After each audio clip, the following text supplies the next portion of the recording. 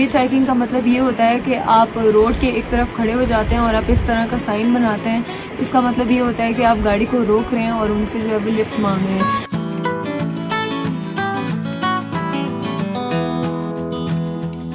सवाल आ जाता है क्या ये सेफ़ है कि नहीं है पाकिस्तान में। तो जितना ट्रैवल मैंने किया है तकरीबन 4 से 5 महीने, तो ये काफ़ी सिक्योर था और पाकिस्तान की लोकल कम्युनिटी बहुत ज़्यादा सपोर्टिव थी। उन्होंने मुझे बहुत ज़्यादा जो है वो सेफ़ फील करवाया है।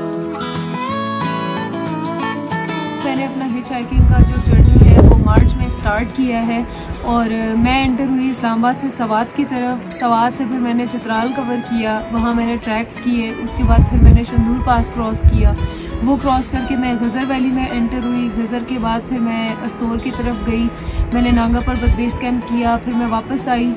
उसके बाद फिर मैंने राकापोशी बेस कैंप किया और अभी मेरा जर्नी जो है वो कंटिन्यू है। और ये पूरा जो सफ़र है मैंने हिच हाइकिंग के थ्रू कंप्लीट की है। पाकिस्तान में लड़कियों को बिल्कुल ट्रैवल करना चाहिए और अकेले भी करना चाहिए, ग्रुप्स के साथ भी करना चाहिए, लेकिन ये है कि कुछ चीज़ों का ख्याल रखना चाहिए।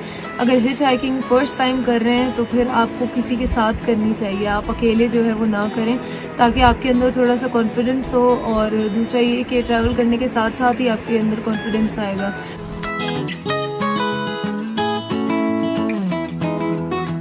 और जब भी आप हिच हाइकिंग कर रहे हो या अगर आप सोलो ट्रैवलिंग कर रहे हो तो आप अपने साथ टेंट, स्लीपिंग बैग, ये चीज़ें अपने साथ रखनी चाहिए, क्योंकि आपको नहीं पता कि आपकी रात किस वक्त होगी।